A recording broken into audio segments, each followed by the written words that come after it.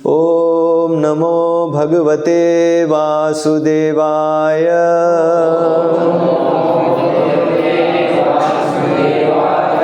ओम नमो भगवते वासुदेवाय।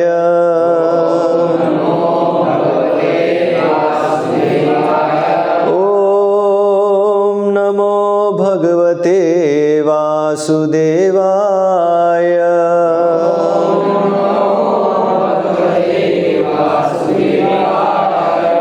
श्रीमद्भागवतम स्कंद 4 अध्याय 7 दक्ष द्वारा यज्ञ संपन्न करना। श्लोक क्रमांक 41।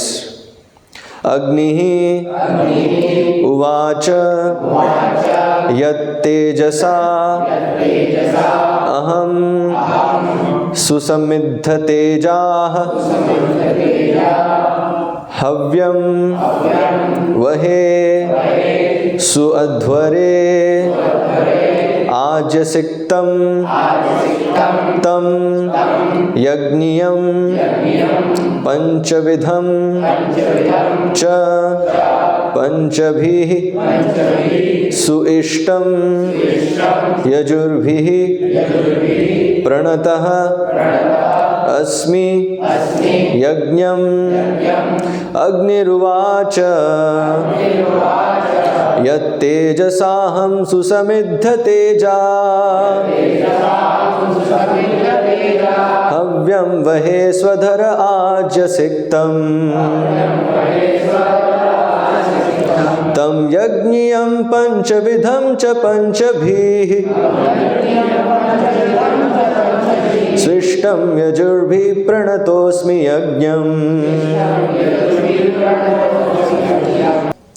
अग्निः अग्निदेव ने उवाच कहा यत्तेजसा जिसके तेज से अहम मैं सुसमिद्ध तेजाः प्रज्वलित अग्नि के समान तेजवान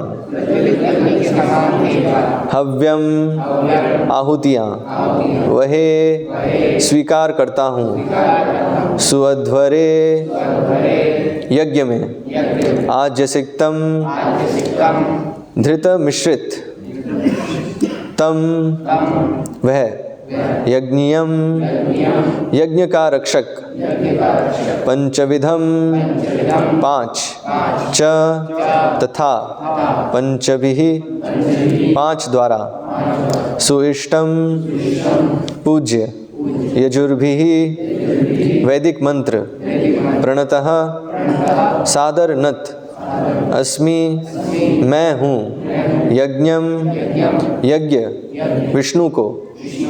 अनुवाद एवं तात्पर्य कृष्ण कृपा मूर्ति अभय चरणारविंद भक्ति वेदांत स्वामी शिल प्रभुपाद द्वारा। शिल प्रभुपाद की जय। अग्निदेव ने कहा हे भगवान मैं आपको सादर नमस्कार करता हूँ क्योंकि आपकी ही कृपा से मैं प्रज्वलित अग्नि के समान तेजस्वी हूँ और मैं यज्ञ में प्रदत्त धृत मिश्रित आहुतियाँ स्वीकार करता हूँ। यजुर्वेद में वर्णित 5 प्रकार की हवियाँ आपकी ही विभिन्न शक्तियाँ हैं और आपकी पूजा 5 प्रकार के वैदिक मंत्रों से की जाती है। यज्ञ का अर्थ है आप अर्थात परम भगवान। तात्पर्य भगवद गीता में स्पष्ट कहा गया है कि भगवान विष्णु के लिए यज्ञ करने चाहिए। विष्णु के विख्यात 1 सहस्र दिव्य नाम है जिनमें से एक नाम है यज्ञ। यह स्पष्ट कहा गया है कि यज्ञ या विष्णु को प्रसन्न करने के लिए सब कुछ किया जाए। मनुष्य द्वारा किए गए अन्य सारे कार्य उसके बंधन के कारण बनते हैं। सबों को वैदिक मंत्रों के अनुसार यज्ञ करने होते हैं। उपनिषदों में बताया गया है कि अग्नि, वेदी, शुभ पूर्णचंद्र, चातुर्मास्य, बलि पशु तथा सोम ये आवश्यक वस्तुएं हैं। जिस तरह वेदों में वर्णित विशिष्ट मंत्र हैं जो 4 अक्षरों से निर्मित होते हैं।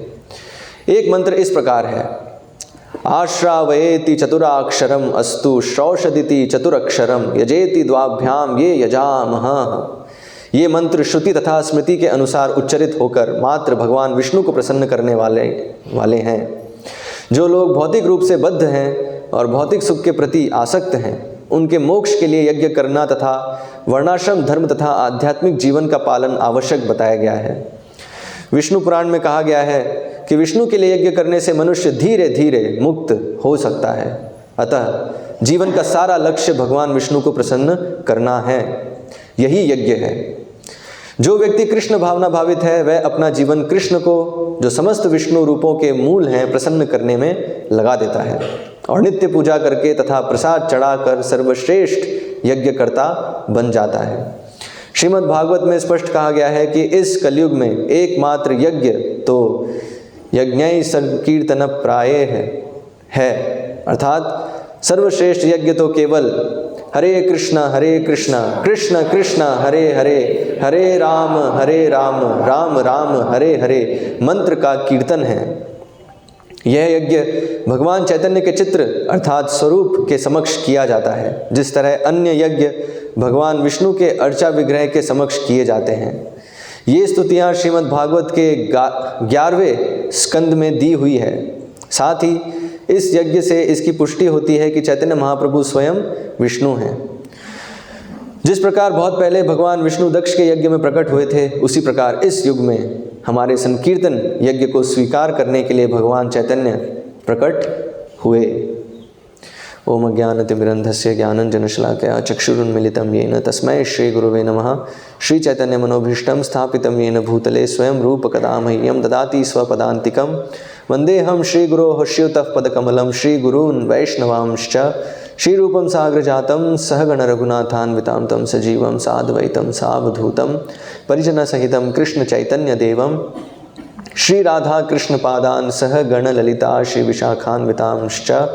नमः ओम विष्णुपादाय कृष्ण प्रेष्ठाय भूतले श्रीमते भक्ति विकास स्वामिनिति नामिने। नमः ओम विष्णुपादाय कृष्ण प्रेष्ठाय भूतले श्रीमते भक्ति वेदांत स्वामिनिति नामिने। नमस्ते सारस्वते देवे गौरवाणी प्रचारिणे निर्विशेष शून्यवादी पाश्चात्य देश तारिणे।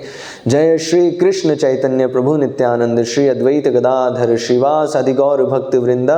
हरे कृष्णा कृष्ण कृष्ण हरे हरे, हरे राम राम राम हरे हरे। तो यहाँ पर अग्निदेव अभी प्रार्थना कर रहे हैं। भगवान विष्णु को वो कह रहे हैं कि आपकी वजह से ही मुझ में अग्नि के गुण हैं।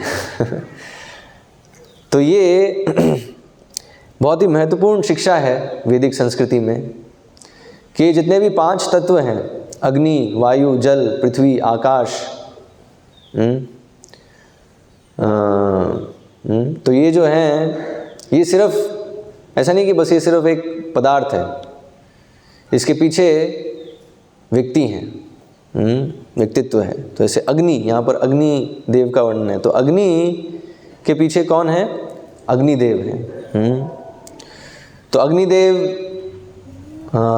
इस जगत में साधारणतः हमें इस प्रकार से, जैसे हमारा रूप है उस प्रकार से नहीं दिखते, इसलिए लोग समझ नहीं पाते कि वो भी एक व्यक्ति हैं।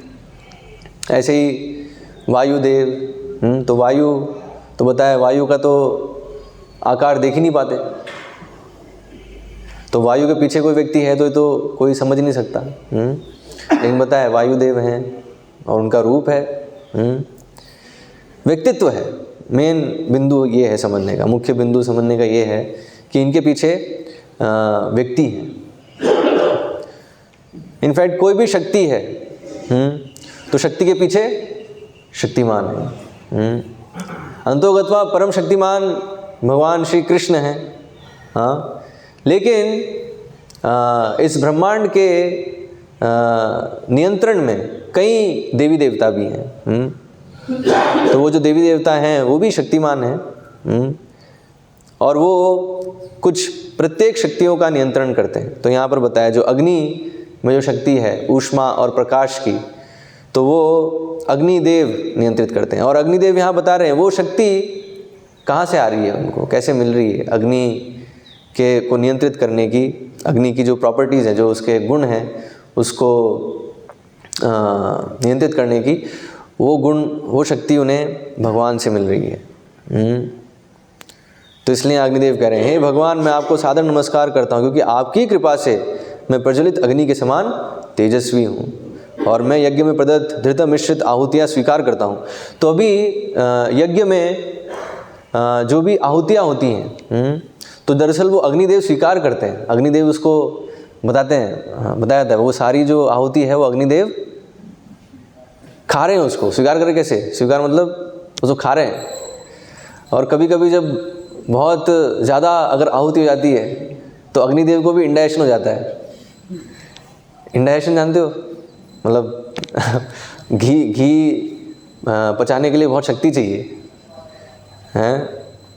जैसे देख रहे हैं हमारे शरीर में भी खाना पचता है कैसे? क्योंकि पेट में अग्नि है, वैश्वानर अग्नि। भगवान बताते हैं अहम वैश्वानरो भूत्वा प्राणिनाम देहम आश्रितः पचाम्यन्नम चतुर्विधम।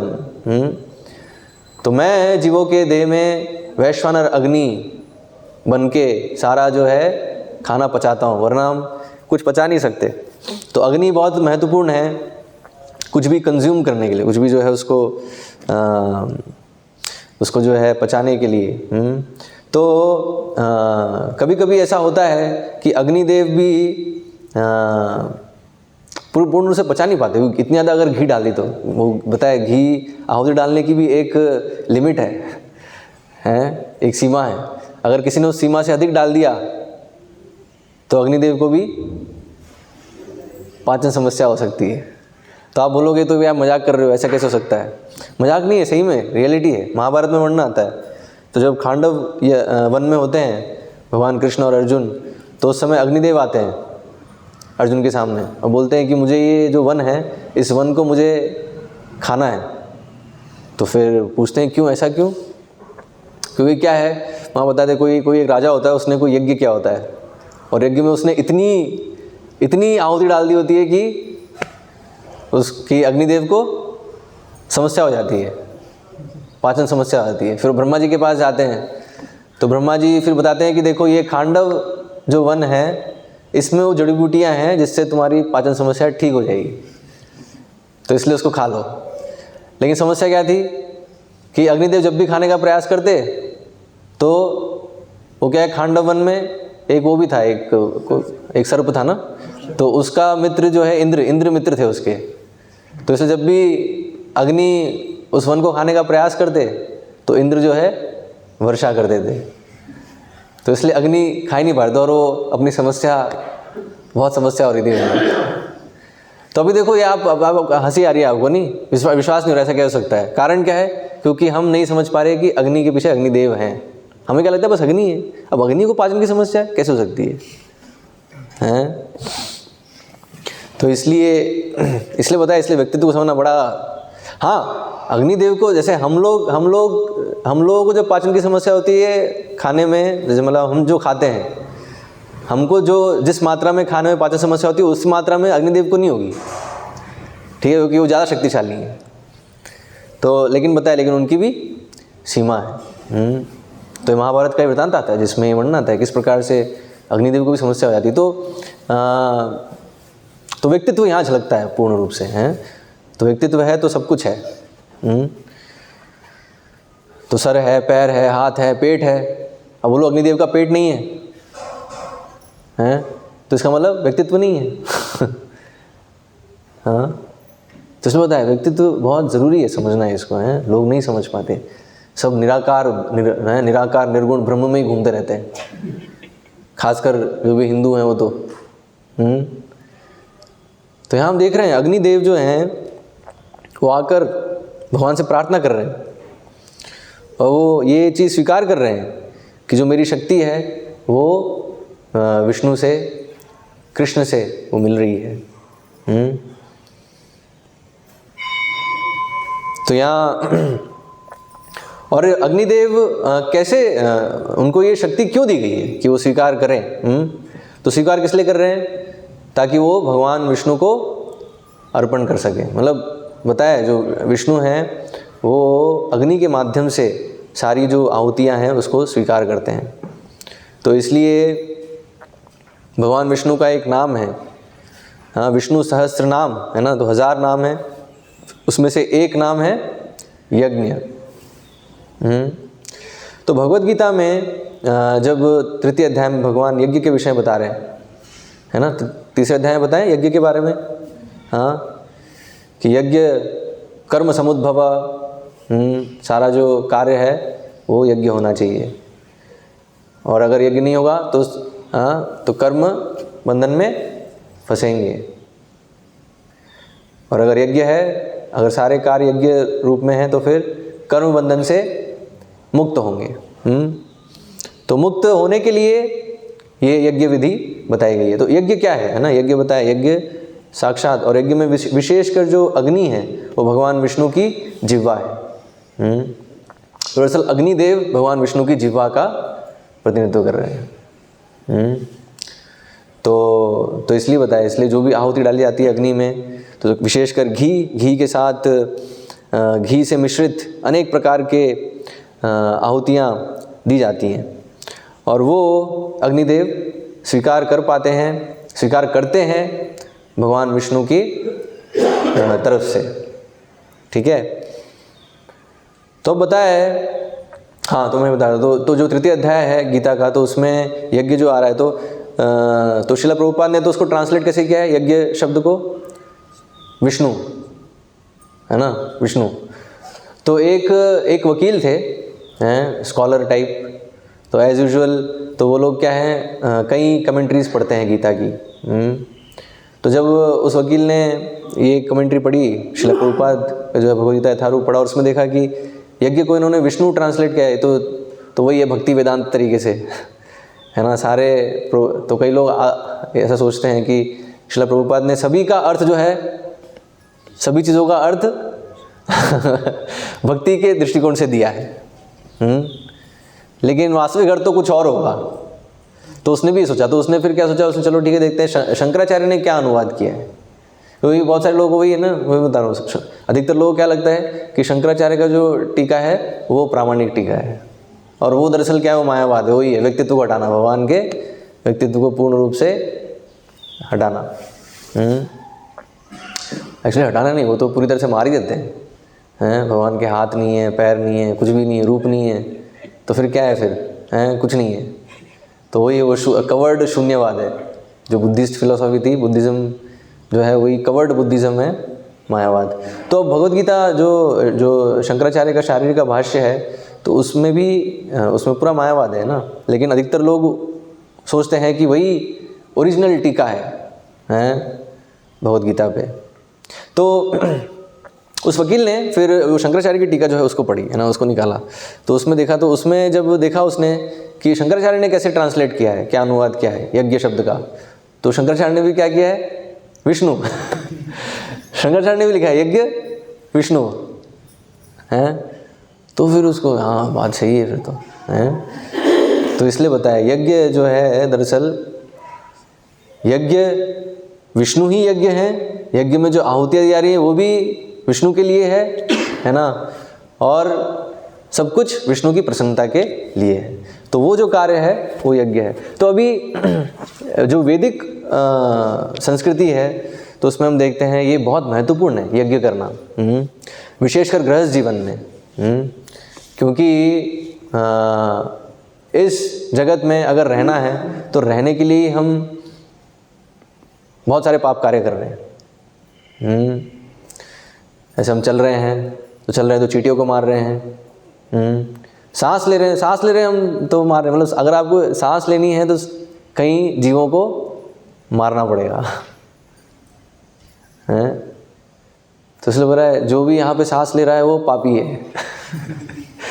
है ना, बाय डिफ़ॉल्ट समझते हो, है ही। तो कोई बोले कि नहीं मैं तो बहुत पुण्यवान हूँ, हाँ डिग्री हो सकती है ना, कि हाँ कम पापी है कि बस जो जाने अनजाने में पाप हो रहे हैं बस वही कर रहा है वो, मतलब अनजाने में जो पाप हो रहे हैं, जानबूझ के कोई पाप नहीं कर रहा, ऐसा हो सकता है कोई, लेकिन अनजाने में तो हो ही रहे। तो इस प्रकार से और जो गृहस्थ जीवन है तो उसमें तो और भी, उसमें तो भोग का पूरा एक तरह से लाइसेंस है। तो जहाँ पर भी भोग है तो वहाँ पर बड़ा खतरा है पाप वृत्ति में फंसने का।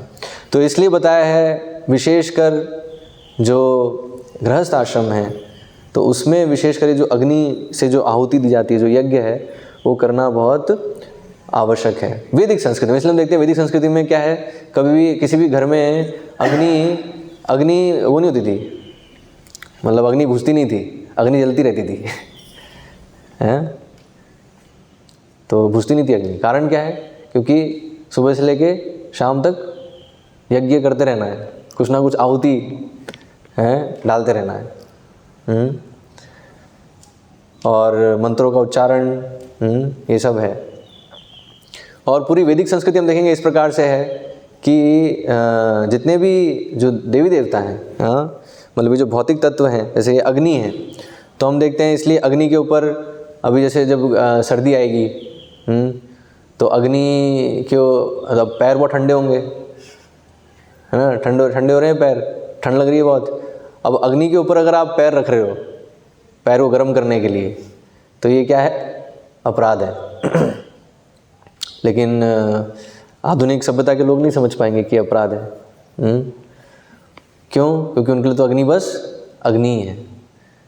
लेकिन अग्नि देव है, तो आप किसी को पैर दिखाओ, हाँ, तो इसलिए तो नहीं करना चाहिए ना, इसलिए बताया वो असभ्य है, असभ्य लोग हैं। तो अग्नि को जो है तो अग्निदेव का अपमान कर रहे हैं एक तरह से। ऐसे ही हम देखते हैं, ऐसे ही वैदिक संस्कृति में क्या है, तो जैसे ही पृथ्वी है, तो पृथ्वी भी देवी है ना, भूदेवी। तो इसलिए सोकर जैसे ही उठते हैं, तो अभी उठेंगे तो पृथ्वी पे पैर रखेंगे, है ना। तो इसलिए कई मंत्र होते हैं भूदेवी से क्षमा याचना करने के लिए, हम आपके ऊपर पैर रख रहे हैं, कृपया हमें माफ़ करें, हैं। इसलिए आप देखो, इसलिए देवी देवता होते हैं तो वो जब आते हैं तो भूमि पर पैर नहीं रखते, है ना। भगवान भी जब आते हैं तो उस तरह से, मतलब जब बस थोड़ी देर के लिए आ रहे हैं तो पैर नहीं रखते, है ना। तो भैया बोलो तो प्रभु जी हम लोग तो पैर रख रहे हैं तो हम तो अपराध कर रहे हैं, क्या करें फिर? हैं? हाँ, नहीं, तो ये देखो, ये तमोगुणी सॉल्यूशन है ना। तो कलयुग में जो पले बड़े हैं, है ना, वो लोग ऐसे सॉल्यूशन लाते हैं कि भाई कार्य करने में समस्या है तो वही कार्य छोड़ दो, है ना, तो छोड़ दो, त्याग दो। तो त्याग, ये कैसा त्याग है? तमोगुण में जो त्याग है। तो इसलिए बताया, उसके कई मंत्र हैं, है ना। वो क्षमा याचना करते हैं भूदेवी से। अब चलना तो है ही, इसलिए बताया चलना भी तरीके से, ऐसे नहीं कि कई लोग हैं जो ढम ढम ढम ऐसे हैं, पैर ऐसे धाड़ धाड़ करके चल रहे हैं, तो वो अच्छा नहीं। ऐसे देखो बहुत सूक्ष्म है, इसलिए मतलब वही है, वो पूरा है कि हम एक व्यक्ति के साथ डील कर रहे हैं ना। व्यक्ति है तो सेंसिटिव होना बहुत ज़रूरी है। जैसे पदार्थ है तो इसमें ज़्यादा सेंसिटिव होता है, उसको जैसे भी उठाया, पटका, किया कुछ भी। तो ऐसे नहीं, ऐसे हम व्यक्ति के साथ नहीं कर सकते ना। आजकल तो लोग व्यक्ति के साथ भी ऐसे ही करते हैं। कलयुग में बड़ी ही पतित स्थिति हो गई है। लेकिन आप देखो वैदिक संस्कृति कितनी महान है, वहाँ पे जो इवन जो तत्व हैं, जो पदार्थ हैं, उसको भी बहुत ही सेंसिटिव तरीके, संवेदनशील तरीके से उसके साथ डील कर रहे हैं। ऐसे नहीं बस कैसे भी उसको रख दिया या कैसे भी उसको यूज़ कर लिया। ऐसे जल है, तो जल तो बताया, तो जल के जो है वरुण देव हैं, हाँ, तो इसलिए जल का अपमान नहीं करना चाहिए। तो अभी देखो, अभी हमारी तो जो आधुनिक सभ्यता तो पूरा वरुण देव का अपमान करने के लिए ही बनी है पूरी, हैं। टॉयलेट बने हुए हैं और पानी के अंदर ही सब मल त्यागते हैं। तो ये बताया बहुत बड़ा अपराध है वरुण देव के प्रति। इसलिए वैदिक संस्कृति में वो सिस्टम नहीं है ना। वैदिक संस्कृति में सिस्टम क्या है कि मल त्याग कहाँ करते हैं? भूदेवी के ऊपर। तो भूदेवी क्यों? क्योंकि माँ है, धरणी बताया। धरणी मतलब जो धारण करती है। ऐसे एक बच्चा है तो बच्चा जो है, बच्चा भी माँ की गोद में करता है ना, हैं, मलमूत्र त्याग करता है, लेकिन माँ सहन करती है। तो उसी प्रकार से भूदेवी सहन करती है, लेकिन बताया वो करने से पहले भी उनसे क्षमा याचना होती है। अब देखो हंसी आएगी आपको, नहीं, लेकिन ये एक्चुअल में, है ना, बहुत गंभीर विषय है। मान लो आपके ऊपर कोई मल त्याग करे, कैसा लगेगा? हैं? आप लोगों को पता नहीं कितनों को अनुभव है। किसी को अनुभव है? माताओं को अनुभव होगा, क्योंकि बच्चे तो करते ही रहते हैं, लेकिन जो पुरुष बैठे हैं मेरे ख्याल से कम ही पुरुषों का अनुभव होगा। मैं क्या है, मैं थोड़े समय ना जब मैं ज्वाइन किया था तो थोड़े समय गुरुकुल के बच्चों के साथ कुछ अनुभव हुआ था तो मुझे अनुभव है कैसा लगता है है ना, तो आपके ऊपर कोई मल त्याग कर दे तो बड़ा ही बुरा एक्सपीरियंस होता है, अच्छा अनुभव नहीं है। अब मुझे तो बस एक दिन हुआ था, एक रात में हुआ था। एक रात में क्या, गुरुकुल का बच्चा जो है थोड़ा पास में सो गया था, और जब सुबह उठे तो पूरा जो है अजीब सी स्मेल आ रही है क्या है और जैसे उठे तो देखा तो पूरा पूरे बिस्तर में और जो टॉयलेट का जो रास्ता है उसमें पूरा जो है मल गिरा हुआ है।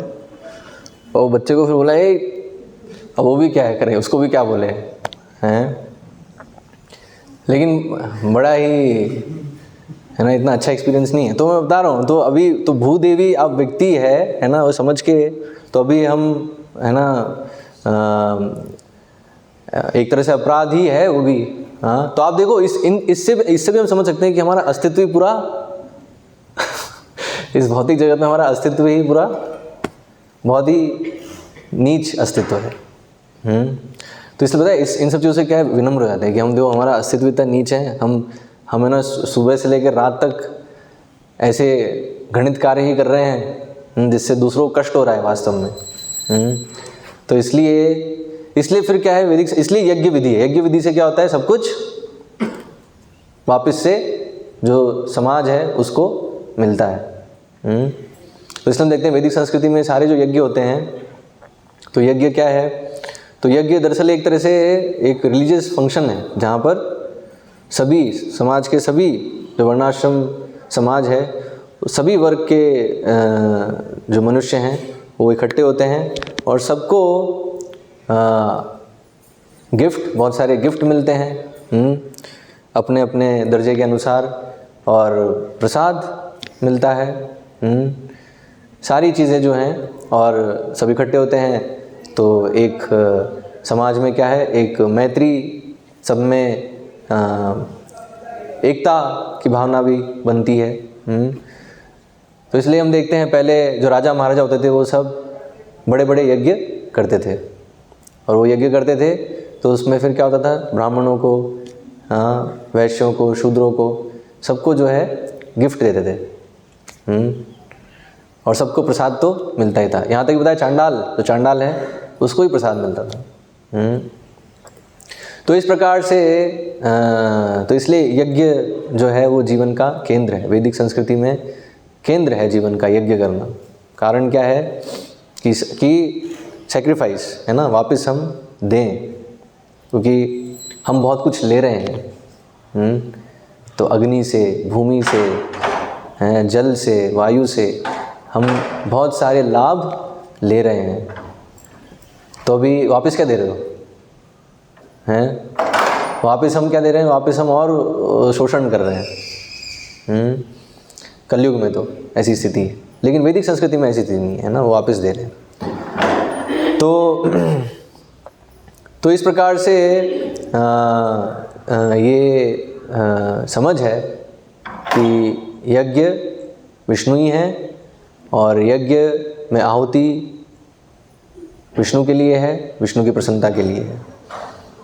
अब समस्या क्या है, यहाँ बताया है, तात्पर्य श्रील प्रभुपाद बता रहे हैं कि कलयुग में उस प्रकार के बड़े बड़े यज्ञ करना बड़ा ही कठिन है। एक तरफ दिखाया तो असंभव ही है। कारण क्या है, क्योंकि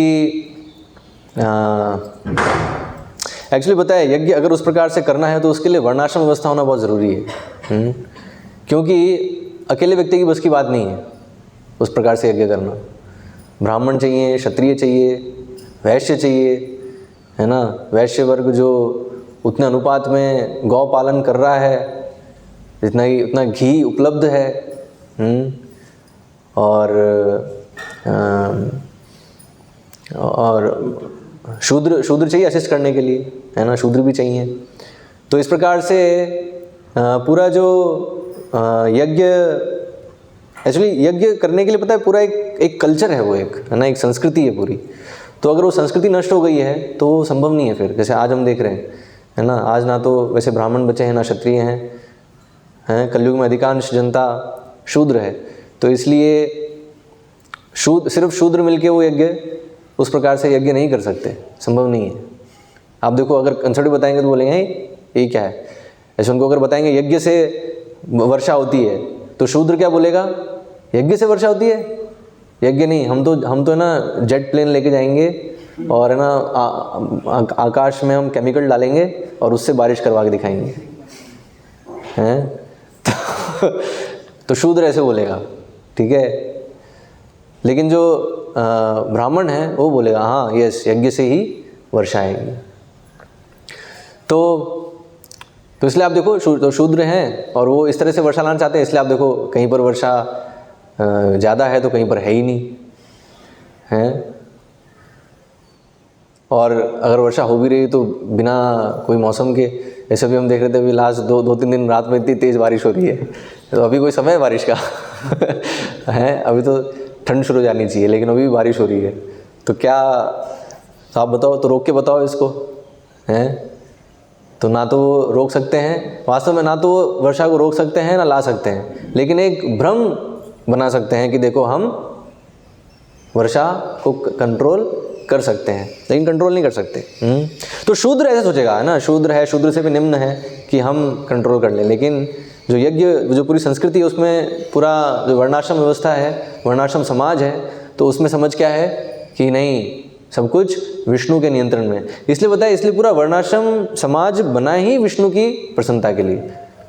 तो वहाँ पर ब्राह्मण जो अपना कार्य कर रहा है, क्षत्रिय अपना कार्य कर रहा है, शूद्र अपना कार्य कर रहा है, वैश्य अपना कार्य कर रहा है, तो सब अपना कार्य करके विष्णु को प्रसन्न कर रहे हैं। तो ये वो संस्कृति है पूरी, और उसका सेंटर जो है यज्ञ है। एक्चुअली आप देखो, यज्ञ होता है तो सबको, जो जितने भी वर्ग हैं उनको कार्य भी मिल रहा है ना। ऐसे यज्ञ में भी ब्राह्मण, मतलब मंत्र बोले तो मंत्र कौन पढ़ेगा? ब्राह्मण पढ़ेंगे, तो ब्राह्मण वर्ग को कार्य मिल रहा है ना। अब मान लो यज्ञ है ही नहीं तो ब्राह्मण क्या करेंगे? ब्राह्मण फिर सॉफ्टवेयर लिखेंगे, है ना, कंप्यूटर के सामने जो है सॉफ्टवेयर लिखेंगे और प्रोग्राम बनाएंगे और सैलरी लेंगे। तो बताए, ब्राह्मण अगर सैलरी ले रहा है तो फिर तो शूद्र हो गया, नौकर हो गया ना वो। तो ब्राह्मण वो मतलब सिर्फ भगवान पे आश्रित है वो तो ब्राह्मण है। तो वो संस्कृति है, उसी में फिर संभव है ये चीज़ हो पाना। इसमें यज्ञ केंद्र है, क्योंकि यज्ञ होगा तो सबको अपने अपने जो उनके जो कार्य हैं उसके अनुसार उनको एंगेजमेंट मिलेगा, उनको गुण जो है उसके अनुसार उनको एंगेजमेंट कार्य मिलेगा उनको। तो ब्राह्मण को यज्ञ वेदी बनाना है ना, तो वास्तुशास्त्र के अनुसार उसे पूरा शास्त्रों का ज्ञान है, तो वास्तुशास्त्र के अनुसार वो यज्ञ के लिए उपयुक्त स्थान बता सकता है कि ये स्थान है और यज्ञ कुंड कैसे होना चाहिए, उसका साइज़ पूरी जो है गणित होती है उसमें।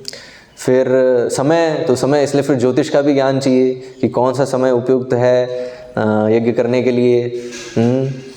तो वो सारा वो कैलकुलेशन करके वो पूरा बताएगा, हाँ महाराज ये समय है ना, और ये स्थान है, ठीक है। और फिर मंत्र जब करना है, उसे आहुति देना है। तो आप देखो, तो ब्राह्मणों को वो आजकल बोलते हैं रोजगार, है ना, एग्जैक्टली रोजगार नहीं है ना, रोजगार शब्द सही नहीं होगा, ये होता है एंगेजमेंट, है ना। उनको अपने गुण के अनुसार कार्य उनका चलता रहेगा। ऐसे क्षत्रिय है तो क्षत्रिय अभी वो पूरा सारी जो सामग्रियाँ उसको लाना वहाँ यज्ञ में, और उसके लिए फिर वैश्य चाहिए, तो वैश्य उत्पादन कर रहे हैं। और फिर वैश्य अब खुद तो सब कुछ नहीं कर सकते, तो उनको असिस्ट करने के लिए शूद्र चाहिए। तो इस प्रकार से वो पूरी जब संस्कृति है तो फिर यज्ञ हो सकते हैं। अब प्रॉब्लम क्या है कलयुग में कि कलिराज जो है उसने बड़े ही सिस्टमेटिक तरीके से ये वर्णाश्रम व्यवस्था को तोड़ दिया है। और इसकी शुरुआत कब हुई थी? जब श्रृंगी ने जब शाप दिया परीक्षित महाराज को। तो वहाँ बताया, तो श्रृंगी की बुद्धि जो है वो कली ने हर ली थी, है ना, कली ने भ्रमित कर दिया था उसको। तो उसके कारण उसने राजर्षि, जो परीक्षित महाराज जो राजर्षि हैं, उनको भी उसने शाप दे दिया।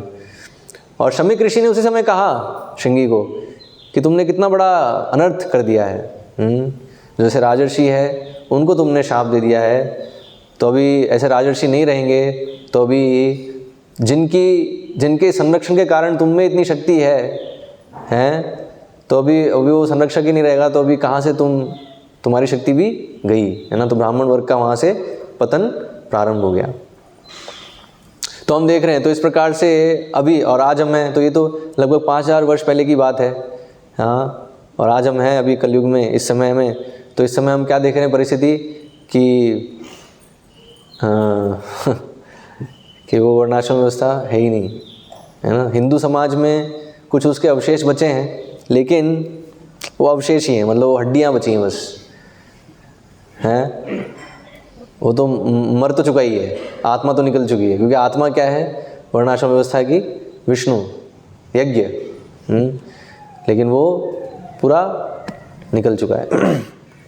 और वो निकला ऐसे ही है ना। ब्राह्मण वर्ग का पतन हुआ, ब्राह्मण वर्ग का पतन हुआ, तो फिर क्षत्रियों को सही से मार्गदर्शन देने के लिए कोई बचा नहीं, तो क्षत्रिय भी तानाशाह जैसे बन गए। तो फिर जो वैश्य हैं, वैश्यों ने विद्रोह कर दिया, तो अभी वैश्य फिर जो हैं, और तो अभी देखा जाए तो कलयुग में स्थिति क्या है, कुछ वैश्य हैं जो कि सब कंट्रोल कर रहे हैं, लेकिन वो सही से देखा जाए तो मतलब वैश्य इस तरीके से उनमें ये गुण है कि कैसे लोगों से काम करवाना है, कैसे लोगों को नियंत्रित करना है, कैसे जो है 2 का 4, 4 का 16 करना है ना, ये उनमें बुद्धि है। तो उस तरह से वो वैश्य गुण है। लेकिन जो वैश्य का एग्जैक्टली जो कार्य होना चाहिए, कृषि और गौ पालन, है ना, कृषि और गौ रक्षा, वो नहीं हो रहा है। लेकिन वो वैश्य गुण अभी वो दूसरी चीज़ में लगा रहे हैं, किसमें, फैक्ट्री खोलने में, फैक्ट्री के माध्यम से ज़्यादा आय बढ़ाने में। तो और फिर वो जो हैं, वो सारी फिर जो सरकारों की जो पॉलिसीज़ हैं और सब हैं, उसको नियंत्रित करते हैं पैसों के दम पे, है ना। बट पर अभी तो वही है। तो अभी फिर हो क्या रहा है, तो अभी सब कुछ, तो इसलिए अभी हम देख रहे हैं समाज में लालच, है ना, काम वासना, ये सब बढ़ गया है। तो ऐसी स्थिति में यज्ञ मतलब सैक्रिफाइस तो बहुत ही दूर की बात है। सैक्रिफाइस मतलब विष्णु के लिए, तो पूरा जीवन, पूरा समाज जो है इंद्र तृप्ति पे केंद्रित हो गया है। तो भी ऐसे वातावरण में यज्ञ कैसे करें, हैं। तो इसलिए यहाँ फिर वर्णन है। तो कलयुग के लिए पता है, क्योंकि कलयुग में ऐसी स्थिति आएगी। तो इसलिए कलयुग में चैतन्य महाप्रभु प्रकट हुए हैं। तो कृष्ण ही चैतन्य महाप्रभु के रूप में प्रकट हुए हैं, हाँ, संकीर्तन यज्ञ का उद्घाटन करने के लिए। तो जो संकीर्तन यज्ञ है वो इस कलयुग के लिए जो बताया है, जो पहले के जो जैसे यज्ञ थे, हाँ, तो वो संभव नहीं है कलयुग में। कलयुग में सिर्फ और सिर्फ संकीर्तन यज्ञ ही संभव है। लेकिन अब संकीर्तन यज्ञ है, ये कई लोगों को नहीं समझ में आएगा। क्योंकि भाई यज्ञ तो कहाँ, संकीर्तन यज्ञ में कहाँ है अग्नि, कहाँ है आहुति, है, तो वो कुछ दिख नहीं रहा ना। तो इसलिए कैसा यज्ञ है, तो बताया कैसे यज्ञ है। तो इसलिए यज्ञ की जो समझ है वो समझेंगे तो समझ में आएगा कि ये भी यज्ञ है, कि यज्ञ भगवान विष्णु की प्रसन्नता के लिए है। तो ये हरे कृष्ण महामंत्र का कीर्तन करना, जप करना, इससे भगवान प्रसन्न होते हैं। अब ये भी समझना होगा, तो उसके लिए समझना पड़ेगा भगवान व्यक्ति हैं। तो ऐसे मान लो अगर आपको कोई, अगर ऐसे एक बच्चा है, या आप भी ले लो, अपना भी उदाहरण ले लो, अपने से रिलेट करोगे, ज़्यादा समझ में आएगा। अगर मान लो आपको कोई प्रेम से बुलाता है, तो आपको अच्छा लगेगा या बुरा लगेगा? अच्छा लगेगा ना, हैं। तो ऐसे ही है। तो भगवान को भी कोई प्रेम से बुलाएगा तो भगवान को अच्छा लगेगा, भगवान ही व्यक्ति है ना। तो ऐसे ही अगर भगवान का नाम ले रहे हैं, तो एक तरह से ये भगवान को पुकारना है, और प्रेम से अगर पुकार रहे हैं तो बिल्कुल भगवान का ध्यान उधर जाता है और भगवान आकर्षित होते हैं वहाँ पे। तो इसलिए बताया है। तो एक्चुअली ये संकीर्तन यज्ञ तो हर युग के लिए है, ऐसा नहीं है कि सिर्फ कलयुग के लिए है। हर युग में है संकीर्तन यज्ञ, लेकिन कलयुग के लिए विशेषकर यही संभव है। बाकी यज्ञ, बाकी युगों में, बाकी ये सब जो अग्नि और आहुति वाले जो यज्ञ हैं वो भी होते हैं और वो प्रोमिनेंट होते हैं। जैसे यहाँ हम देख रहे हैं दक्ष द्वारा यज्ञ संपन्न करना, तो दक्ष अभी ये यज्ञ कर रहे हैं, तो कौन सा यज्ञ कर रहे हैं? यही वाला यज्ञ कर रहे हैं, नहीं पर्टिकुलर नाम है, नहीं वाजपेयी यज्ञ कर रहे हैं। वाजपेयी कौन सा है? पहले आया था नाम, देख लेना है ना, वाजपेयी यज्ञ कर रहे थे। तो उसमें तो अभी उसमें वही है, पूरा यज्ञ कुंड है, आहुति है, अग्नि है, सब कुछ है, और अग्निदेव अभी यहाँ प्रकट हुए हैं। तो जो संकीर्तन यज्ञ है, हाँ, वो विशेषकर कलयुग के लिए बताया है, क्योंकि ये जो यज्ञ है, वाजपेयी यज्ञ भी आज कोई करने जाए हैं, तो जैसे कई लोग करते हैं ना सोम यज्ञ। मैं देखा था कहीं पैम्पलेट छाप रहे थे, तो पैम्पलेट एक मिला था उसमें सोम यज्ञ। तो तो उस समय मुझे ये प्रश्न है, सोम यज्ञ कैसे करोगे? सोम रस कहाँ से लाओगे, है ना? और कैसे हो पाए? यज्ञ जो है, कहाँ है ब्राह्मण जो सही से मंत्रों का उच्चारण कर सके? हैं आजकल तो हम देखते हैं ब्राह्मण जो है वो गुटखा पान खा खा के अपने दांत सड़ा के बैठे हैं। उसमें तो क्या है, वो साधारण भाषा भी ढंग से नहीं बोल सकते, संस्कृत का उच्चारण कहाँ से करेंगे? हैं और कुछ जो गिने चुने हैं जो थोड़ा बहुत पालन करते हैं और संस्कृत जानते हैं, संस्कृत का उच्चारण जानते हैं, हाँ, तो वो लोग भी कहाँ उनको ये सारे मतलब जो यज्ञ करते समय कौन से मंत्र बोलने हैं, इसका ज्ञान किसको है? हैं ऐसे कोई बता रहे थे, वो कोई किसी का विवाह चल रहा था, तो उसमें जो पंडित आया था वो मंत्र पढ़ रहा था। मंत्र कौन से पढ़ रहा था? जो मृत्यु के समय पढ़ने होते हैं। अब किसको किसको पता चल रहा है ना? उसको तो स्वाहा स्वाहा बस सिर्फ ये समझ में आता है, स्वाहा बस समझ में आता है, और स्वाहा तो सबको ही पता है। लेकिन बाकी जो मंत्र है वो क्या चल रहे हैं? तो ऐसे कहाँ से यज्ञ हो पाएंगे? नहीं है, संभव नहीं है। हम देखते हैं इवन जो हरे कृष्ण महामंत्र है उसका उच्चारण लोग ढंग से नहीं कर पाते हैं। तो कृष्ण, अब बताओ कितने लोग, एक्चुअली बहुत कम लोग हैं जो कृष्ण सही से बोल पाते हैं, क्योंकि अधिकांश लोग है श ढंग से नहीं बोल पाते, और लास्ट में ना है, ना को या तो ना कर देंगे, है ना, या ना कर देंगे, या ना कर देंगे। और जो ऋषि वाला जो री की मात्रा आ रही है, वो भी बहुत कम लोग सही से उच्चारण कर पाते हैं। एक्चुअली एक व्यक्ति से मैं मिल रहा था, ऐसे बता रहा था उसको हरे कृष्ण मंत्र जब करिए, तो उसने बोला अरे बड़ा कठिन है हरे कृष्ण मंत्र जब करना भी है। आप तो राम, हाँ राम हम कर लेंगे जब सही से, है ना, राम का नाम बड़ा आसान है, कृष्ण तो बड़ा कठिन है। तो हम देख रहे हैं, तो इसलिए लेकिन प्रयास करना चाहिए, है ना। हम देखते हैं हमारे एक्चुअली शिला प्रभुपाद और इवन हमारे गुरु महाराज परम पूज्य भक्ति विकास महाराज भी बहुत इसमें बहुत ज़ोर देते हैं कि हम सही से उच्चारण करें, है ना, विशेषकर हरे कृष्ण महामंत्र का तो अच्छे से। और जो भी हम आरती गाते हैं सुबह से शाम मंदिर में, जैसे मंगल आरती, नरसिम्हा आरती, गौर आरती, तो इन सब में जो भी हम गा रहे हैं तो उसका उच्चारण भी सही से करें। अब उसमें समस्या क्या है, कुछ जो है संस्कृत है, कुछ बंगाली है, ठीक है। तो अभी जो बंगाली नहीं जानते तो हो सकता है थोड़ा सा वो वैसा उच्चारण नहीं आ पाए, लेकिन एटलीस्ट संस्कृत अच्छे से उच्चारण करें। तो जैसे हमारी मंगल आरती है, तो मंगल आरती पूरा संस्कृत में है, तो उसको अच्छे से उच्चारण, कहाँ आ की मात्रा है, कहाँ आ है, वो सब ध्यान रखें। ऐसे नहीं कि बस कुछ भी हम करते जा रहे हैं, है ना। हमें देखना चाहिए कि हम सही से, विशेषकर ये मंत्रों का सही से उच्चारण कर रहे हैं नहीं कर रहे हैं, तो हमारा जो यज्ञ है वो भगवान को इतना प्रसन्न नहीं करेगा, है ना। कई लोग बोल सकते हैं कि नहीं भगवान तो भावग्राही हैं, तो इसलिए हम कृष्ण को कृष्णा बोलें या कृष्णा बोलें, हैं तो क्या तो भगवान तो भावग्राही हैं। तो भगवान बोलेंगे मैं तुम्हें जीभ दी थी सही से उच्चारण करने के लिए, और तुम उससे गलत उच्चारण कर रहे हो, तो सीखा क्यों नहीं तुमने ढंग से। कई लोग देते, कई लोगों के साथ ये प्रॉब्लम होती है ना, श बोल नहीं पाते, वो सा आता है उनका। तो प्रयास करना चाहिए, अभ्यास करिए, है ना, कोई दिक्कत नहीं है, अभ्यास करके आ सकता है ना। अगर जैसे हम देख रहे हैं तो परम पूज्य भक्ति विकास महाराज हैं, तो वो तो लंदन में पैदा हुए, है ना। उनकी अगर देखें मदर टंग तो इंग्लिश है, अंग्रेज़ी है, तो अगर वो अगर सही से उच्चारण कर सकते हैं तो जो भारत में पैदा हुए वो लोग नहीं कर सकते। लेकिन वही उसके लिए मेहनत करनी पड़ेगी। आप सोचो उन्होंने कितनी मेहनत करी होगी। वो बंगाली में प्रवचन देते हैं, हिंदी में प्रवचन देते हैं, और उनकी हिंदी, मतलब मैं कभी कभी सुनता हूँ ना, कई शब्द मुझे सोचने पड़ता है कि अरे ये शब्द कहाँ से बोल दिया है। इतनी शुद्ध हिंदी, मतलब बोलचाल में तो आजकल यूज़ ही नहीं होती वो है।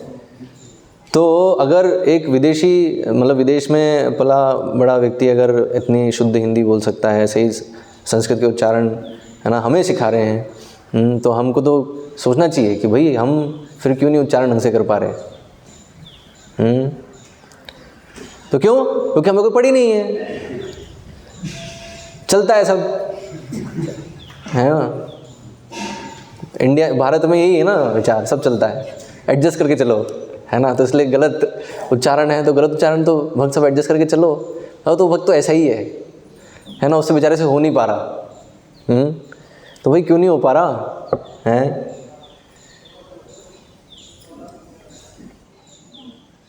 प्रयास नहीं हो रहा है इसका मतलब। तो प्रयास होना चाहिए।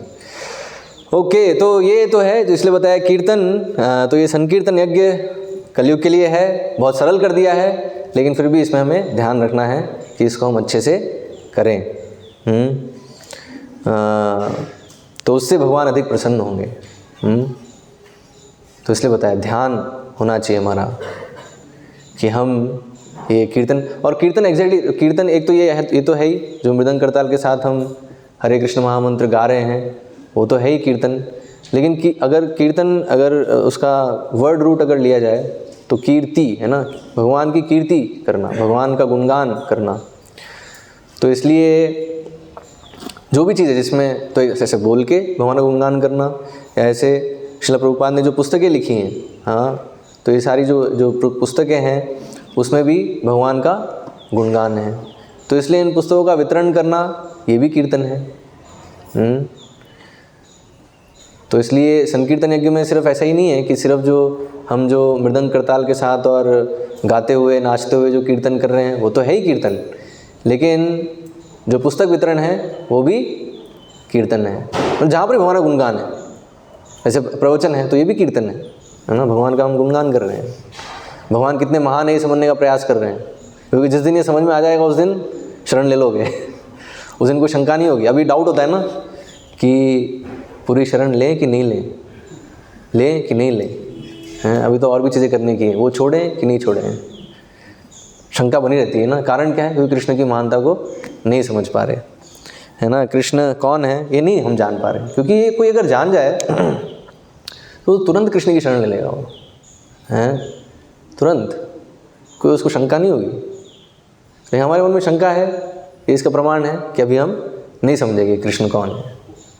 तो इसलिए हम श्रील प्रभुपाद ने ये पुस्तकें लिखी हैं, इसमें हर तात्पर्य में श्रील प्रभुपाद कृष्ण का गुणगान कर रहे हैं।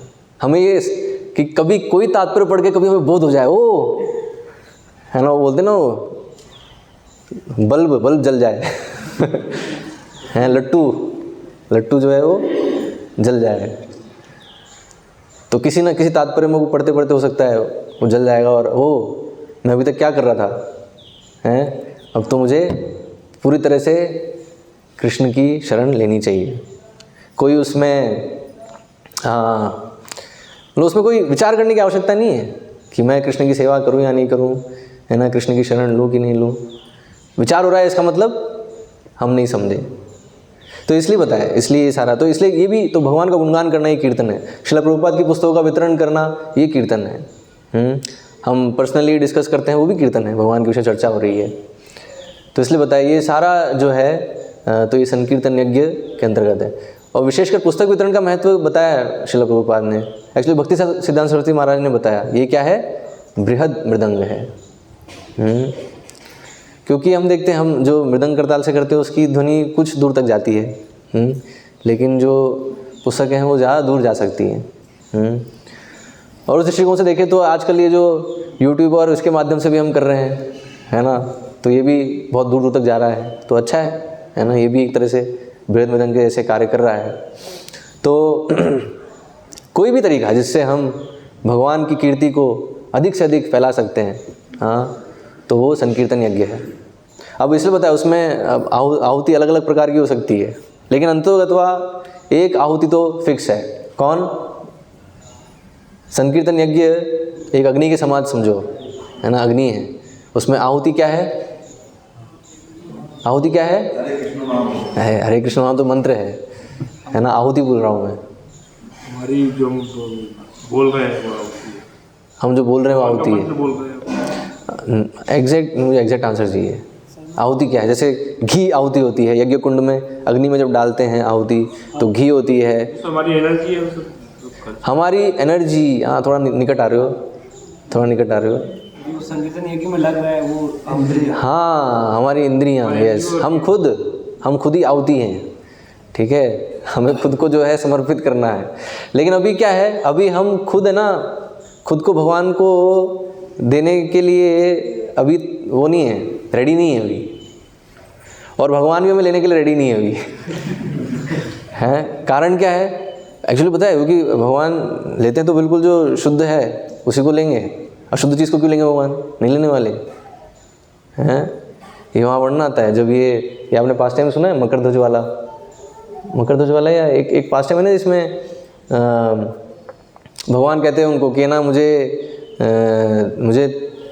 हाँ क्या था वो पास टाइम क्या है जिसमें वो शरीर को आधा काटने वाले होते हैं, याद है किसी को? जिसमें कृष्ण और अर्जुन होते हैं, और मुझे एग्जैक्टली याद नहीं आ रहा, बट उसमें ये होता है, उसमें क्या होता है, जो राजा होता है वो ऐसा डिसाइड होता है कि वो अपने शरीर का आधा भाग जो है वो दान में दे देगा, ठीक है। 2 बार दान कर देते हैं। नहीं, वो नहीं, ये दूसरा है। एनीवेज, तो वो लीला देख लेना आप, लेकिन उसका सार यही है, लास्ट में जो होता है वो मुझे ध्यान है, तो वो बता सकते हो, इससे कनेक्टेड है। तो वो जो है, वो जब उनको काटना, अब आधा कैसे करेंगे, काटना पड़ेगा, ठीक है। तो उनको जब काटने वाले थे, तो जब काटने वाले थे, और काट कौन रहा था? बच्चा, जो उनका बेटा है, ठीक है।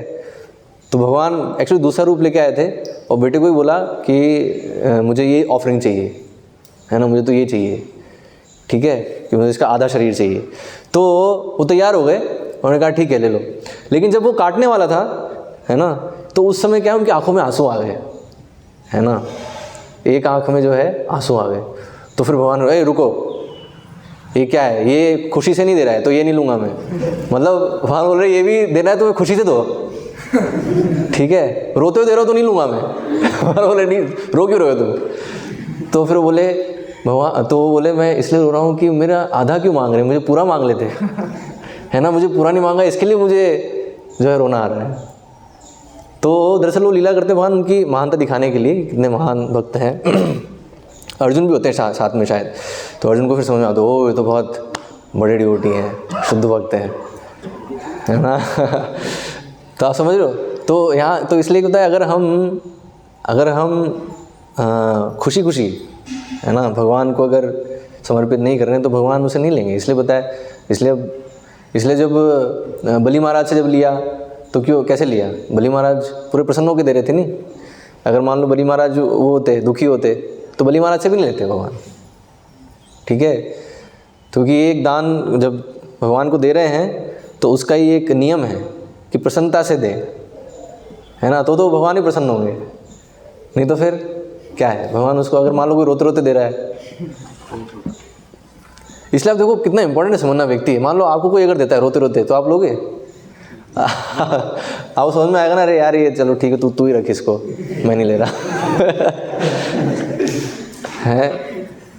तो इसलिए बताया, इसलिए प्रसन्न हृदय से, और ये समझते हुए कि इससे भगवान प्रसन्न होंगे, भगवान वास्तविक भोक्ता हैं, हम सेवक हैं, उस भावना से जब भगवान को अर्पण करते हैं तो होता है। अब ये भावना आने में समय लगता है, तो इसी भावना से कीर्तन भी करना है। अगर कीर्तन हम इस भावना से कर रहे हैं कि मैं इंजॉयर हूँ, है ना, मैं कितना जो है बढ़िया हम नृत्य कर रहे हैं, डांस एंजॉय कर रहे हैं। पहले डिस्को बार में डांस नाचते थे, अभी यहाँ मंदिर में नाच रहे हैं, है ना, नाचने में बड़ा मज़ा आ रहा है। तो किसी को डिस्को में और इसमें कोई अंतर नहीं दिख रहा, ठीक है ना, वहाँ भी नाच रहे थे, यहाँ भी नाच रहे हैं। तो अगर इस तरह से भावना है तो ठीक है, तो उसको वो माया भी नचा रही है उसे, हैं। लेकिन अगर कोई भगवान की प्रसन्नता के लिए अगर नृत्य कर रहा है, इसलिए पता है, इसलिए नृत्य करने का भी स्टैंडर्ड है, इसलिए कीर्तन स्टैंडर्ड है।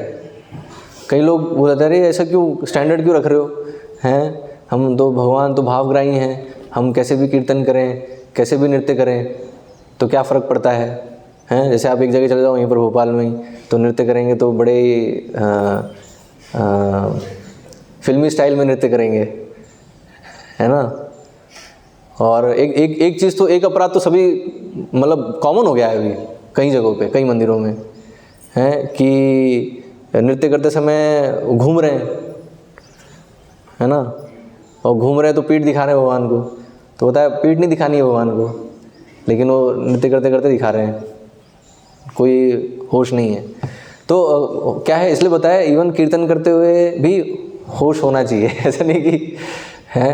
अब वो अगर कोई सोचे, अब ये बहुत बड़ी प्रॉब्लम है कि लोग सोचते हैं तो हम बिल्कुल उच्च अवस्था में आ गए, हमको होश ही नहीं है अभी हमें, हैं। तो इसलिए हमारी पीठ है या पेट है या सर है। कई लोग तो जिम्नास्टिक भी करते हैं कई जगह, है ना, ऐसे उछलेंगे, मतलब उछलेंगे इस तरह से। वो अब वो जो कुछ वीडियोस हैं मेरे को किसी ने भेजी है ना व्हाट्सएप पे, उसमें तो भक्त जो है मतलब कीर्तन चल रहा है, टिल्ट हो जाते हैं, हाँ टिल्ट हो रहा है, जिम्नास्टिक कर रहे हैं, है ना, वो एक हाथ पे और ऐसे घूम रहे हैं, एक हाथ पे बैलेंस करके और पूरा घूम रहे हैं। तो ये सब क्या है, ये सब जो है ये सब क्लियर कट है, ये सब इससे भगवान नहीं प्रसन्न होने वाले, है ना। कीर्तन जो भगवान की प्रसन्नता के लिए है, तो भगवान जिस तरह से बताए हैं, चैतन्य महाप्रभु जिस तरह से बताए हैं उस प्रकार से कीर्तन करें। एक्चुअली वर्णन है चैतन्य चरितामृत में कि जब चैतन्य महाप्रभु अपने संगियों के साथ जब कीर्तन कर रहे हैं, और जब कीर्तन जब बिल्कुल उसमें जा रहा है, एक्सटैटिक उसमें जा रहा है, तो सही में कुछ पता नहीं चल रहा, है ना। कोई किसी का सर पकड़ रहा है, कोई किसी का पैर पकड़ रहा है, कोई कूद रहा है ना, वहाँ वर्णन है बहुत ही।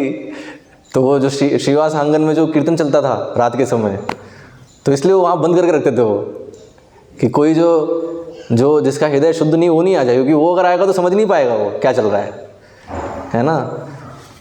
तो अभी हम उस स्तर पे नहीं, हम आर्टिफिशियली इमिटेट नहीं कर सकते कि चैतन्य महाप्रभु के संगियों को हम इमिटेट करें, हैं।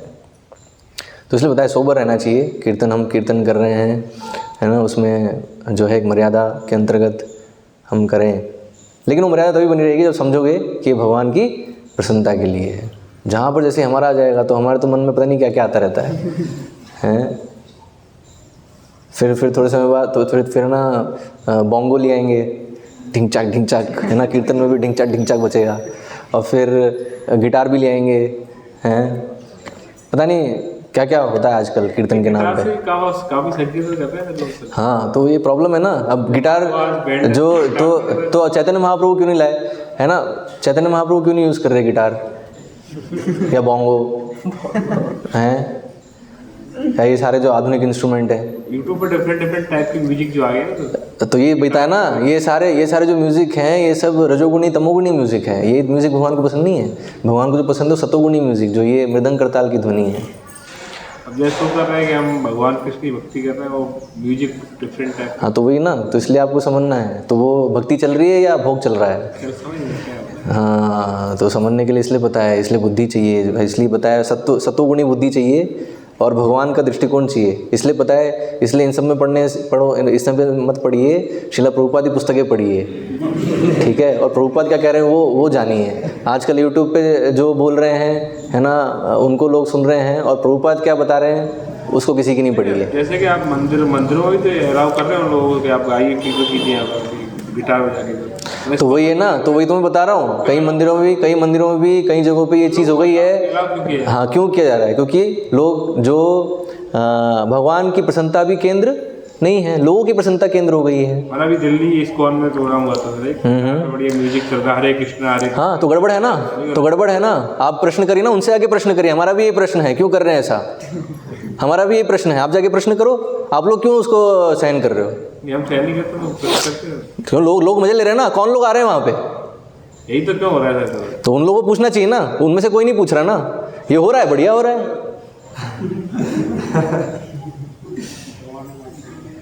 तो चीटर्स एंड चीटेड, धोखा खाना चाहते हैं उनको धोखेबाज मिल जाते हैं। तो लोग भोग करना चाहते हैं तो उनको भगवान के नाम पे भी भोग कराने वाले मिल जाते हैं। ठीक है, इसलिए बताया। इसलिए अगर आपको सही में समझना है, जो शुद्ध भक्ति है, जो श्रील प्रभुपाद दे रहे हैं, जो आचार्यगण देने आए हैं, हाँ, तो शुद्ध भक्ति इतनी वो नहीं है, इतनी कि है ना बस चलती का नाम गाड़ी, या फिर बस जो है ऐसे ही गिटार बजाते बजाते हमें मिल जाएगी, हैं।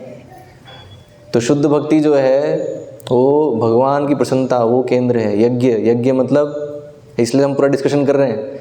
तो जो लोग नहीं समझते यज्ञ क्या है, वो लोग ऐसी हरकतें करते हैं, ठीक है। तो इसलिए बताया सिर्फ भगवा वस्त्र पहन लेने से, है ना, या ऊपर ठप्पा लगाने से, है ना, कि इस्कॉन, तो वो इस्कॉन नहीं हो गया सिर्फ ठप्पा लगाने से। इस्कॉन क्या है आपको, इसलिए श्रील प्रभुपाद की पुस्तकें पढ़नी पड़ेगी। फाउंडर आचार्य हैं, वो क्या बता रहे हैं, वो क्या स्टैंडर्ड सेट किए हैं। तो इसलिए कीर्तन का एक स्टैंडर्ड है, कीर्तन स्टैंडर्ड है ना, हर चीज़ का स्टैंडर्ड है। लेकिन आजकल लोग स्टैंडर्ड मेंटेन नहीं करते, है ना, पढ़ी नहीं ना, मतलब वही ऐसे बस चलते रहो। या तो एनीवेज, तो ये तो आपको इसलिए श्रील प्रभुपाद की पुस्तकें पढ़नी होंगी अच्छे से, अगर आपको समझना है कि वास्तव में प्रभुपाद के प्रतिनिधि कौन है, प्रभुपाद जैसा बताए वैसा कौन कर रहा है, ठीक है। तो ये सब जो है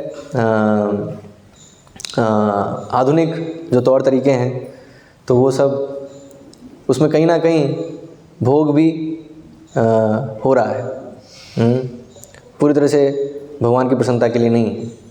ऐसे यही है, ठीक है, वो आधुनिक यंत्र यूज़ करके कीर्तन कर रहे हैं, ठीक है, कीर्तन कर रहे हैं, बट वो पूर्ण रूप से शुद्ध नहीं है, पॉइंट ये है, समझ लो। तो वो भगवान को उसमें उतनी प्रसन्नता नहीं होगी।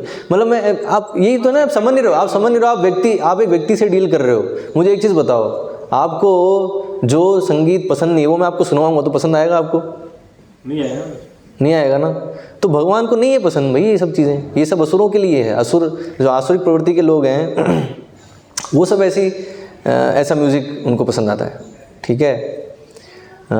लेकिन भगवान व्यक्ति हैं और भगवान की भी एक पसंद है, तो जो भगवान की पसंद है वो हम उनको अर्पण करें ना। अब एक बहुत निचला लेवल है, निचला स्तर क्या है कि हमारी पसंद है, ठीक है, और हम वो करेंगे, भगवान की पसंद अभी करने के लिए रेडी नहीं है। तो ठीक है, उन लोगों के लिए बताया, ठीक है, तुम अपनी पसंद है तो कर लो धर्म के अनुसार, लेकिन और उसका फल भगवान को अर्पण करो, ठीक है। तो वो फिर कर्मयोग की बात आती है, वो फिर जो है वो फिर वर्णाश्रम व्यवस्था है, जिसमें सब अपना कार्य कर रहे हैं और फल भगवान को अर्पण हो रहा है। तो लेकिन जो सबसे हाईएस्ट स्टेज है वो क्या है कि सिर्फ भगवान क्या चाह रहे हैं वो करने के लिए वो तत्पर है। तो इसलिए